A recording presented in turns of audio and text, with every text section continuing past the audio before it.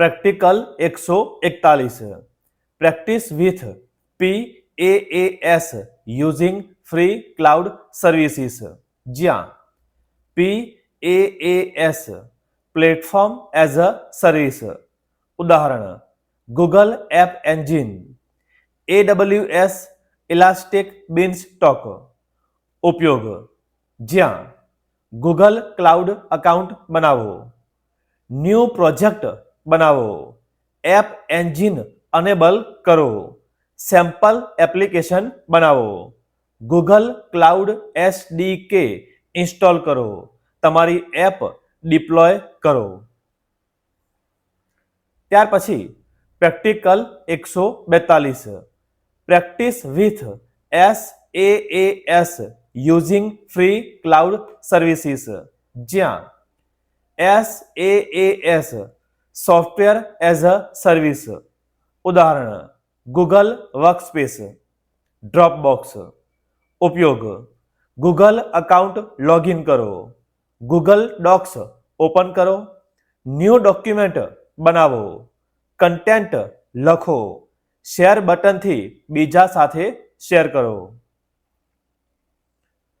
Practical 143 host a website in a free cloud, જ્યાં ઉદાહરણ Google cloud storage GCP.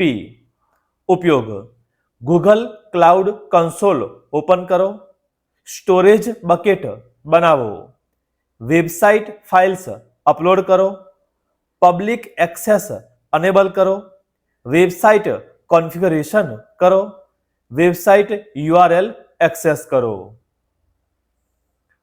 Practical 144 identify ફેઝિસ of the application development life cycle, જ્યાં એક planning phase, બીજું requirement analysis, ત્રીજું design phase, ચોથું development, પાંચમું testing phase, છઠ્ઠું deployment અને સાત મેન્ટેનન્સ.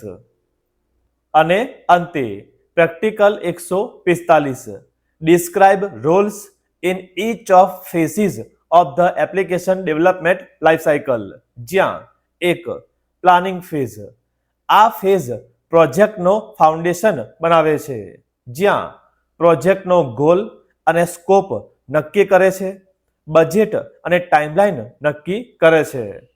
બીજું રિક્વાયરમેન્ટ એનાલિસિસ, યુઝર શું જોઈએ છે તે સ્પષ્ટ કરે છે, જ્યાં ક્લાયન્ટ પાસેથી રિક્વાયરમેન્ટ્સ ભેગી કરવી, SRS સોફ્ટવેર રિક્વાયરમેન્ટ સ્પેસિફિકેશન તૈયાર કરવું. ત્રીજું ડિઝાઇન ફેઝ, સિસ્ટમનું સ્ટ્રક્ચર બનાવે છે, જ્યાં એપ્લિકેશનનો બ્લુપ્રિન્ટ બનાવવો, ડેટાબેઝ સ્ટ્રક્ચર ડિફાઇન કરવું.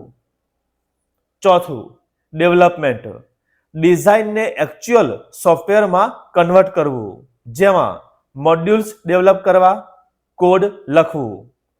પાંચમું ટેસ્ટિંગ, ક્વોલિટી ઇન્શ્યોર કરવી, જેમાં બગ્સ શોધવી અને ફિક્સ કરવી, પરફોર્મન્સ અને સિક્યોરિટી ચેક કરવું.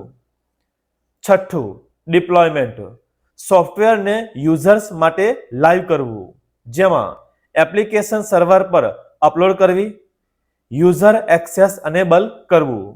અને અંતે સાતમું મેન્ટેનન્સ, સોફ્ટવેરને લોંગ ટર્મ ચલાવવું, જેમાં updates and new features add કરવા, યુઝર ફીડબેક અનુસાર સુધારા કરવા. આવા જ તમામ ટોપિક માટે સબસ્ક્રાઇબ કરો. જલ્દી મળીશું નવા વિડીયોમાં.